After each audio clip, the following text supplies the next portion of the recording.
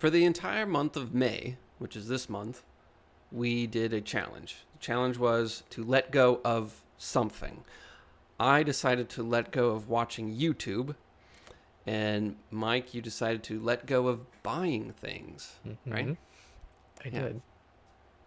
So for me, YouTube had started to become just this thing I did at the end of the day when I was completely exhausted. I didn't want to do anything, after work. So I would just sit down and start watching some YouTube videos, which great. I just wanted to relax a bit, but over time it started getting to a point where I'm watching it a little bit longer than I probably should, and then I was just doing that every day. So it got to be sort of a problem. That's why I chose YouTube. I figured it'd be a good thing to let go. Why did you choose not buying things? I put zero thought into that idea. I mostly just wanted to do something that was very different from what you had picked. So Right. that is the reason. Okay. Well, who wants to go first? You go first. How was it cutting out YouTube? Which, again, I have mixed feelings about because we are a podcast that is at least partly on YouTube. So it's kind of weird to encourage people to not watch us. But at the same time, if that's good for you, then do that. I'm Honestly. sure they survived. Yeah. Okay, so me cutting out YouTube, it wasn't a life changer. It didn't, totally flip my life around or whatever. But it did change things in a way. Let's see. Remember when we did the no phone challenge, where for 1 week or 1 month or something? Yeah, that's still debate. Oh, I just dropped my wedding ring. Oh well. Yeah, that's debatable, but that was life changing for me. I will say that. Yeah, without we hesitation. left our phones in one spot for a whole week, and that causes you to do things that was a life changer. This was like just a mini day changer, which was interesting. But okay, so the reason why I wanted to give something up, we so often just try to add more things.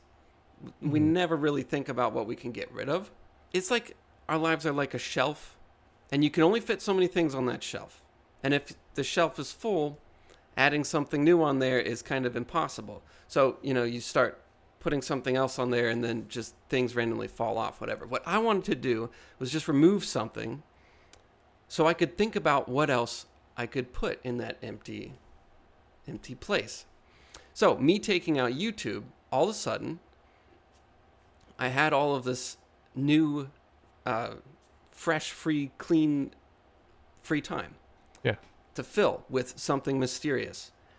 And that was kind of exciting. Yeah. What? Okay. What did you fill it with? So there's so many things I don't really know how to get to them. Okay. So I would come home from work, be completely exhausted, and then normally I'd sit down and watch some YouTube and just chill.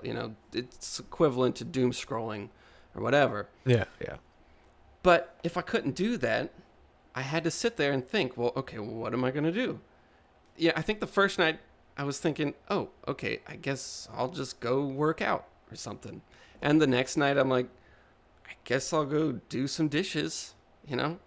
And then the next night I'm thinking, okay, well, maybe I'll read for a bit. I kept finding myself doing things that required more energy, which I thought that I didn't have. I thought I was totally out of energy, but it turned out that having just that little bit of uncertainty or I don't know, just freedom to try something new was exciting enough to kind of override that exhaustion, which was not something that I expected. Hmm. Does that make sense? I think so. You're saying that there was something exciting about that brought you Yeah. motivation. And that sort of excitement or just kind of boredom.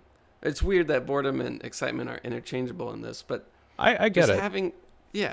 having that little bit of, oh, I get to do something. What do I do? Having that was just kind of, I don't know, it was exciting, and it brought me a little bit of energy and made me go do things that normally I thought that I wouldn't have the energy to do, which is just kind of strange. Yeah, which makes me wonder if maybe energy isn't the right paradigm, you know? Yeah. Like maybe it's not so much about your energy level as it is your psychological expectation of something, you Right. know? Yeah, because I guess I had just kind of trained myself to when I get off work, I don't want to do anything. I don't want to think about anything. I'm just going to sit there and watch a video that doesn't make me have to think about anything, you know? Right. I thought that's what I needed, but it turns out that that is not what I actually needed. And if I just took. Oh, okay, have you ever seen A Bug's Life? I know you've seen A Bug's Life, Yeah, several times. right? Mhm. Yeah. So I don't totally remember the scene, and I was gonna look it up on YouTube, but I can't do that. So Yeah.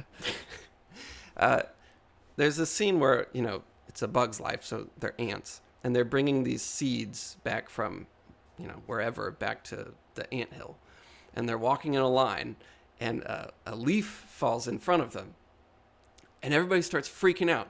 They don't know what to do because they're supposed to follow that line. So the leaf falls in front of them, and they're like, "Oh my God, what do we do? What do we do?" And it's really funny. I don't It's a good remember movie. everything, but eventually someone comes around and they're like, "No, follow me. We're gonna walk around the leaf." And they eventually get around the leaf, and then they're all just super excited that they just solved this problem, and they went around the leaf. And that's what it felt like when I took something away. Took YouTube watching time away from my day. It was, oh my God, what do I do? uh, and it causes you to think and kind of problem solve a little bit, and it gets your brain going a little bit. And I don't know, it led to some really fun, interesting things. So I, if you want to, if you want to change I don't want to say change your life, but if you just want to mix things up a little bit, you don't always have to add something new. Sometimes it's just a matter of taking something out that is already there. Yeah. What is kind of cool about that too is that if you want to create a new habit just out of thin air, I'm going to do fitness or I'm going to learn language or something, then, well, what most of us do is just try super hard for a day or two and then burn out. That's usually our approach to it. But if you're a little more evolved than that, you're like, okay, I got to find a time. I got to find some kind of trigger that's going to, cue me to do that thing. So, okay, after work, I'm going to work on language or something, right? Or at breakfast. But still, you gotta carve out time, and then something happens that messes it up, or you get a little frustrated, and it's hard to establish new habits. I mean, it's really really hard to establish new habits. Mm-hmm. But if you already have one, like you habitually watch YouTube after work every day, if you just surgically remove that out of your life, it's like you have this perfect slot. Yeah. It's got the cue and the everything. It's right there. You just can drop something else in that little chunk of time, and it's like this perfect little organ transplant of something potentially bad into something that you really want. Right. That's a Seems like gruesome way of putting it, an organ transplant, but makes yeah, it memorable, that's exactly right? what That's it's how like. memory works. Yeah. But the thing is that we don't normally think about doing this. Like, I think the typical approach would be, oh, I'm watching YouTube too much. I should watch it a little bit less. Yeah. And of course I wouldn't. Or, I'd watch it less for a day or two and then I'd go right back to where I was. hmm The absolute or most important part was that I got rid of it completely, which is not something I always want to do. But that's the only way that it could have worked for this. So I don't know how to do this long term, Yeah. you know? Good question. Maybe that's a thing for future TOA, but I have found about myself that I am a it's on or off for me. I'm Right. either on the wagon or I'm in the ditch. It's one or the other. Not to get into dieting or anything, but that's been an area of my life that is tough because I'm the type of person that just if I'm like I'll just eat. I can clear 5,000-6,000 calories a day without much hesitation. I mean, I can eat, and that's like it's not sustainable unless you're extremely active, which I'm not that active. Anyway, I tend to oscillate between okay, I'm very in control of my diet. I'm counting calories. Everything I do is extremely strict and regimented. And I'm not necessarily eating little. I might have some dietary plan, but still, it's very much okay. This is what I'm doing. And then if I get off of that, or I'm somewhere else on vacation, and I just think, oh, okay, I'm not really doing that right now. I'm just eating freely. Then it's like off the rails. And as Right. much as as much as I would love to just have a more moderate approach, it just has never worked for more than a day or two. I mean, it just anyway. Yeah. That's exactly how it is. Yeah, I have to be one or the other. And the thing that's worked for me is to kind of almost quickly switch between those. So I'll eat in a very strict way, but then if it's a day where I do heavy lifting and it needs to be, pretty serious resistance training, I'll do that in the evening around 5 or so. And then after that, I have this window of eat all I want, eat all I can. And so that's this little compartmentalized, go nuts. And then the next day it goes back. And that's not entirely just invented for my own behavioral ideas. It has to do with all kinds of things. This idea of carbohydrate backloading and the way your hormones shift throughout the day and whatever. So there is some logic there, but in terms of adherence, it's worked super well for me to say I eat very strictly all the time, and then I eat anything I can, go crazy, eat pizza and ice cream and stuff in these very particular windows. So it's like have this sort of more moderate way of eating, of mostly healthy with some kind of junk stuff, but it's not just this homogenous mix. It's like all or nothing, and it Right. lets me operate in that mode of all or nothing. So you've kind of leaned into the all or nothing Yeah, because it approach. seems to be Yeah. the only thing that really works for me. I have to be thinking either I do this all the time or I don't. And that, for stuff like that, like with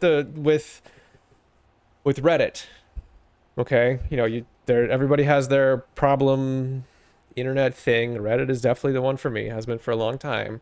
I discovered that the answer to Reddit is never. That is how often I can use Reddit. That's the conclusion I came to a few years ago. Is Yeah.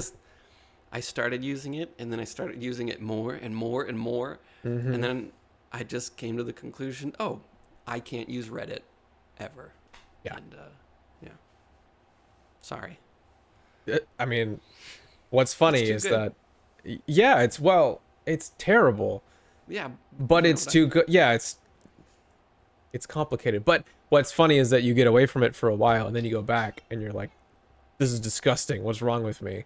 This is just so mindless and terrible and one-sided and everything. Right. Anyway, we're not trying. I mean, all roads lead to don't use social media, but Right. Oh, okay. So I screenshotted these two comments that I wanted to read about YouTube before we get into your buying things. okay. And of course, now I gotta find them. So okay, here we go. This one's by Kim. Shout out to Kim. Uh, the No YouTube challenge has been a bit rough and eye-opening in weird ways. I'm not sure how much YouTube any of the other No YouTube people usually watch, because there's a couple other people that were doing this as well. But I'd say I was watching somewhere around 4 hours a day, maybe more. Not having that has been weird, and it's kind of made me realize just how much I drown myself or my thoughts out with constant noise. And I thought that was really interesting because that's exactly what it was like for me. At the end of a day, I just didn't want to think, so I'd just Mm-hmm. turn something on to drown out any thoughts that I might have. And I don't know if that's just, I don't know, we've talked about this before, but just kind of being a little bit scared of thoughts, or I don't know, just uncomfortable thoughts Yeah. coming up. So you doom scroll Reddit or watch YouTube or whatever. But this is kind of almost a different topic, and I think is interesting. But just the fact that we try to do that all the time, we're constantly drowning out our thoughts through music, even though we all love music. Yeah.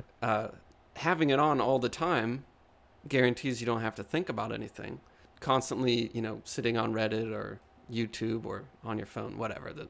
not to get back into social media. But I just thought that was a really cool point to bring up. And then there was one more comment. This is by Cruz. I gave up YouTube and I'm super happy about it. I tend to doom scroll or doom watch and was constantly distracted by videos and tend to feel trapped when watching videos all day. I used to watch 5 to 10 hours a day, not even joking. I've already dropped all social medias, so I have that figured out and have been better since. And since I dropped YouTube, I've finally been able to read, write creatively, play guitar, do chores, everything. Not to oversell it, but it was affecting me that bad and making me feel trapped. So even though for me, giving up YouTube wasn't this big life-changing thing, giving up the phone for me absolutely was. So this method of giving something up completely can absolutely be really powerful. So it just happened to be that in this case, for me, it wasn't that crazy. But for some other people, it really was. So, okay, let's talk about your not buying things. Well, I don't know if my not buying stuff is quite as dramatic, but so all right. This was my challenge this month, and honestly, my thought going into it was this really won't be that big of a deal. I really don't buy that much stuff. I'm not a shopper, whatever. Nope, I was wrong. I am. Turns out I just had some fantasy of myself that I just some not materialistic dude who doesn't buy stuff, but that's not true. That seems to be a common theme with us. Like Yeah. when we did the phone challenge, we're thinking, oh, we don't use our phones that much. We're not like other people. And then we get rid of it and you realize, Yeah, like wait a minute. yeah, Well, but it's in one sense it's kind of scary because I just genuinely did not think that I had, I don't spend that much time shopping and buying stuff, but I do. And a lot of it's stupid. I made a list. And this is not a complete list, but I tried to write down some of the stuff I bought. Let me read just a little tiny fragment of it. And wait, that you bought before this challenge? No. This was stuff that I wanted to buy, that I had an impulse to buy during this month. And okay, cool. yeah, I won't read the whole thing. Some of these are really weird. New shorts. I think you should read the whole thing, but well, no, it goes on for a long time, and it's not even. I didn't even write down everything. New shorts, sunglasses, USB-C cable dongles, a new watch, new Converse, whiskey glasses, which technically I didn't buy because you bought it for me. I think yeah. That was kind of cheating. I don't know if that really counts. A journal with integrated card slots like a wallet, a breath ketone meter, a new keyboard, powered USB-C hub, keto pee strips, a pen holder for my journal, okay. a new pen. I told you some of these are weird.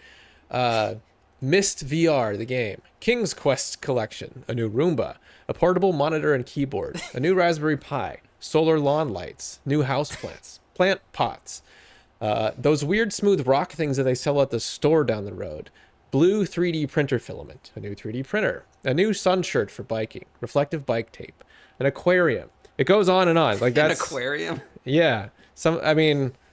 There's a bunch of books on there. There's just all kinds of stuff. And again, I knew that I wasn't buying stuff this month, so I didn't go out shopping. I didn't go looking for stuff to buy. I'm not browsing Amazon. This is just stuff that struck me like a lightning bolt of, hey, I should get a new aquarium. What? Okay, you have to explain the aquarium. Why were you thinking of aquarium? I can't remember exactly. I think I was talking with our other brother, Steven. I know you know who our other brother is. I know who our other brother is. Yeah, but okay, the audience. We have another brother. And he was talking about, I don't know, we were talking about aquaponics and growing plants along with fish and how you can kind of use that as this almost closed ecosystem of, plants taking in sunlight and filtering water, and the fish, you feed them and they kind of create fertilizer for the plants, and it's this really cool thing. And I was like, oh, I could build this whole system of an aquarium that pumps water through plant things, and this whole fantasy of this thing. I just knew it wasn't related to you wanting a little pet. I have pets. Why would I? Yeah, I don't know. I like pets. Don't sell me as somebody who doesn't like pets. I knew it was more complicated than a pet. But okay, we can Well, move yeah, on. it is past more the common. aquarium. Anyway, all right, I'm gonna try to make a point out of all this. Uh, Here's what I kind of noticed here. Now, this wasn't the same thing as what you experienced, the habit that happens at a certain time of the day, or at least I didn't notice any particular pattern there. But what I did realize is that, again, I did not think this was me. I didn't think that I was somebody who wanted to buy a bunch of stuff, but I am, and it's a product of my environment where I have Amazon one quick little tab away, or I was at the bookstore today and there's a whole bunch of stuff that's, being offered to me to buy, and there I was in Sam was selling clothes to this consignment shop thing, so I'm walking around like, oh, new shoes and this and that. I'm exposed to all this stuff and I have the opportunity to buy all this stuff. So it's relatively natural, I think, that this kind of integrates into your life and your mindset of, if there's something I want and it's not really expensive, I can have that. I can have a new pair of shorts because they're available. They're, very easy to get. I can have them at the house within a day or two, and I hardly have to think about it. So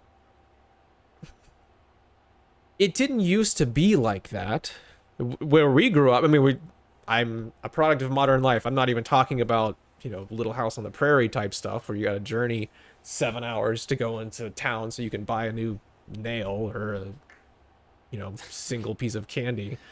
Or a new aquarium. Yeah, well, yeah, I don't know if they had, whatever, yeah. Even just growing up, we lived 25 minutes from town, and online ordering hadn't really become a thing yet, so it's just difficult to get something. And, again, not from a historical perspective, but compared to now, plus you're a kid and you don't have any money, so there's not much you can do. You got to work really hard to get stuff. So it just, you didn't think this way, but I do now because my environment changed. And I never really thought about it until now, that the environment around me of buying stuff is really different and maybe not great. I mean, if you think about all this stuff, one of these is a new watch. And I mean a new smartwatch, which means I'm searching around, reading about the rumors for the new Google Pixel and what Garmin is going to release. And are they going to have a hydration sensor, or what's the timeline for non-invasive blood glucose tracking and all this stuff? Like, I'm spending all this time reading about these things, and even something stupid like USB-C cables. I'm still shopping for the right one. I want it to be braided. I want it to have a right angle connector. I want this and that. Like, it's consuming. It takes a lot of mental energy to go think about and shop for this stuff. And it's an activity that sucks up a lot of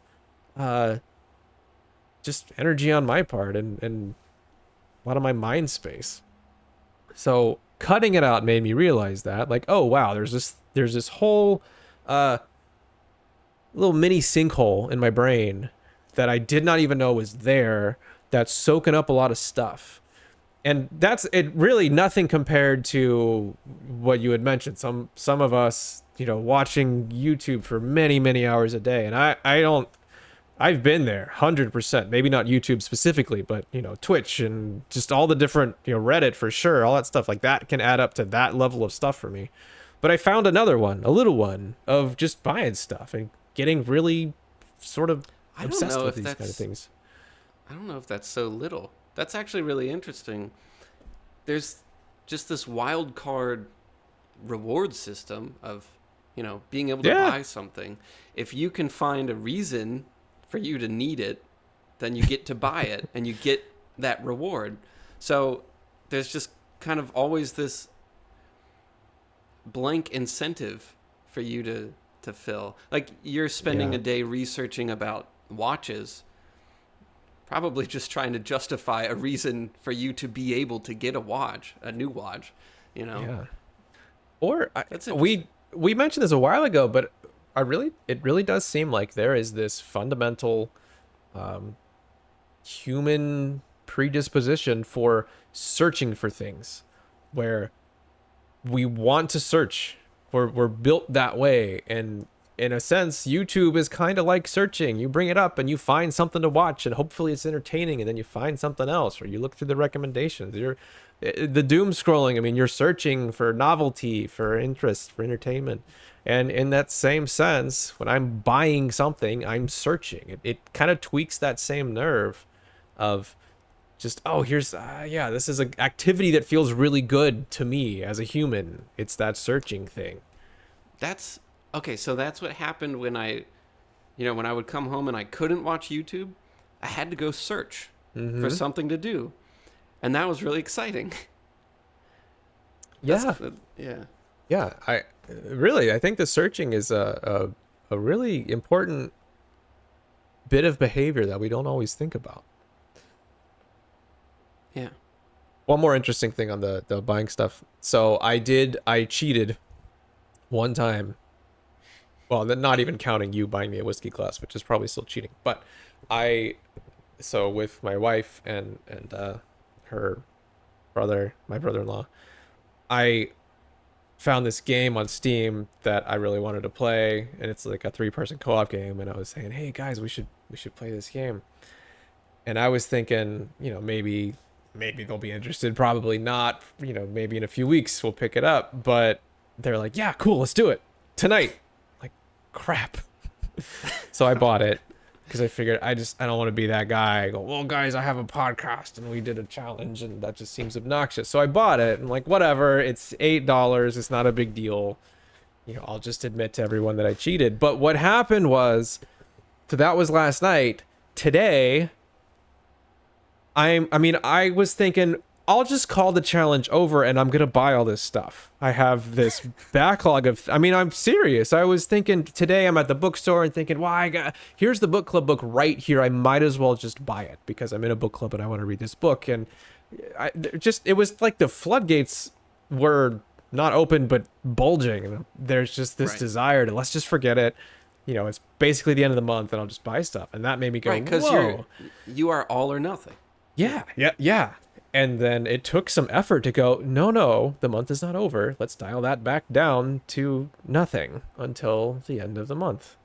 And just admit that I slipped up. But that, more than anything, made me realize, man, I really do have this strong desire to buy stuff. I cheated once, too. I think it was like the second or third day, and I accidentally listened to a song on YouTube. That was it, though. Okay. I don't feel like guilty about it. Yeah, that doesn't seem as bad as mine. But at the same time, I just did not want to be a jerk. Because that felt like being a jerk.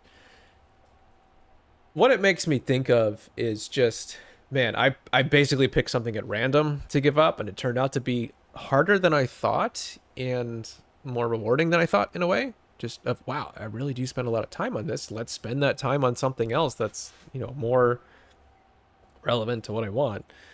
How many other things are like that? I bet a lot. I bet if you really paid attention, there's a lot of things that you just kind of sink your brain into without realizing it. That's a good point. Maybe we end with that. Well, actually, that's a perfect transition into the challenge for next month, right? Yes. Tell us about the challenge for next month. Yeah, so this was your idea, and then we've been arguing about it because you didn't want to do it, and I did want to do it. And so I've been arguing in favor of your idea for a week now. So anyway, I think I won the argument with you about your idea. So here's what you're going to do. This hopefully will not actually be all that challenging. That this is a observational type of thing. So what the idea here is, you're going to carry around a journal, or if you're lame, you can use your phone and take notes on that, whatever. But you're going to extra just points. You get extra points if you use a reel. Yeah, it's way cooler to use paper and pen. Just it is. I'm very excited about buying a new pen. Oh my god, that was probably the thing I wanted to buy the most this month, was a new pen. So can't wait to do that. Have I shown you this pen? It's like it's like 3 inches long. It's the coolest thing. Okay. I want one that doesn't. This is what bugs me. If it's in line with the journal, it's thick, and then I have to sit on it, and I don't like that. I want it to be here. And I got that little adhesive pen loop thing, which I liked, but it was $5 or something, which is kind of a lot to just add $5 to every little mini journal you get. And then it also leaves this little bump, so when you get down to the end of the journal, it's like you're kind of writing over top of this little square. Oh yeah, I don't like that. I don't know. I haven't found a perfect one either, so let me know when you do. Yeah, if anyone knows, this feels like a solvable problem. Right. But I really want something. Anyway, okay, the challenge is take your journal, pen and paper ideally, and just observe yourself and try and identify any time you engage in a repetitive behavior. So any kind of habit or just thing that you do somewhat frequently. Try and observe that, write it down, and try and identify the cue, the thing that triggered that behavior for you. And the idea would be, hopefully by the end of the month, it may not even take a month, but give it a month window, you have this big list of all of these repetitive behaviors of yours, almost a map of your own behavior and what causes those things to be triggered. So an example, maybe you find yourself, you realize, hey, oh, I'm here watching television. This is a thing that I do sometimes. This is a repetitive behavior. So you pull out your journal and you say, okay, watching TV, this is a habit that I do sometimes. And then you would try and figure out, okay, what is it that triggered this behavior with me? So you might think, oh, well, I got home from work and I made dinner. And then, when I make dinner, I never go sit down at the dining room table. Who does that? I sit down on the couch and I turn on the TV and I watch TV while I eat dinner. Okay, that's the cue. Getting home, making dinner, that cues you to watch television. And just anything like that. It could be a really small habit of what is it that triggers me to go brush my teeth or whatever. Just try and build a map of your own behaviors. Yeah.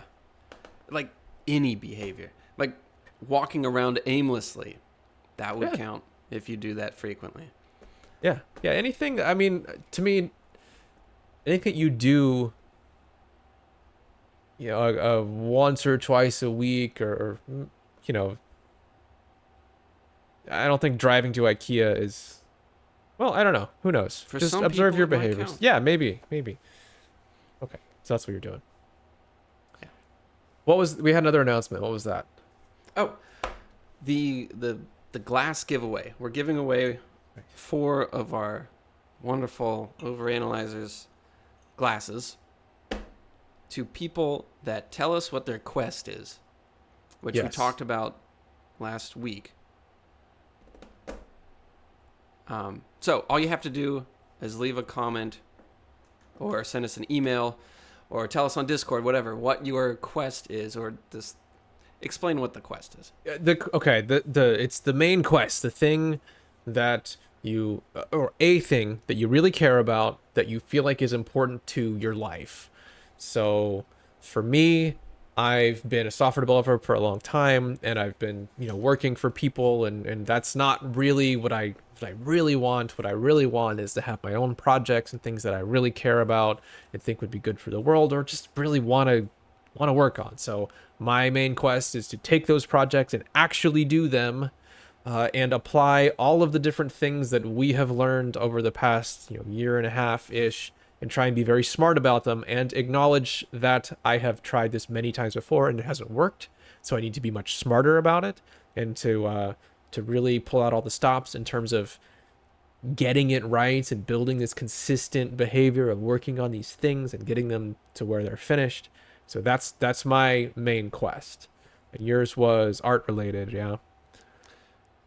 Yeah, I want to start working on my own personal pieces, whereas previously I've been, working full-time at a job and then doing freelance outside of that. So I am ending the freelance and going to be working on my own personal pieces, developing. That's a lame way to put it. You're building the Daniel New art universe, right? Yes. Okay. But I don't want to build it up too much because No, But yeah, that's I'm- you do. This is the I'm it's- developing stories, working on my own art. Yeah. That is, yeah. It's We'll, time we'll to get more into that later. But Okay. I have a quest. You have a quest. Other people have been telling us their quests. And yeah, so all you have to do if you want to win one of the 4 free Overanalyzers glasses is just tell us what that is. Yeah. By the 31st. Right. And we will Just pick like, people and message them. yes. Randomly select them. Yeah. And you can tell us on YouTube by leaving a comment. You can tell us in our Discord, and you can email us at theoveranalyzerspodcast@gmail.com. And with that, I think that's us. So we'll close it out. Good luck on your quest.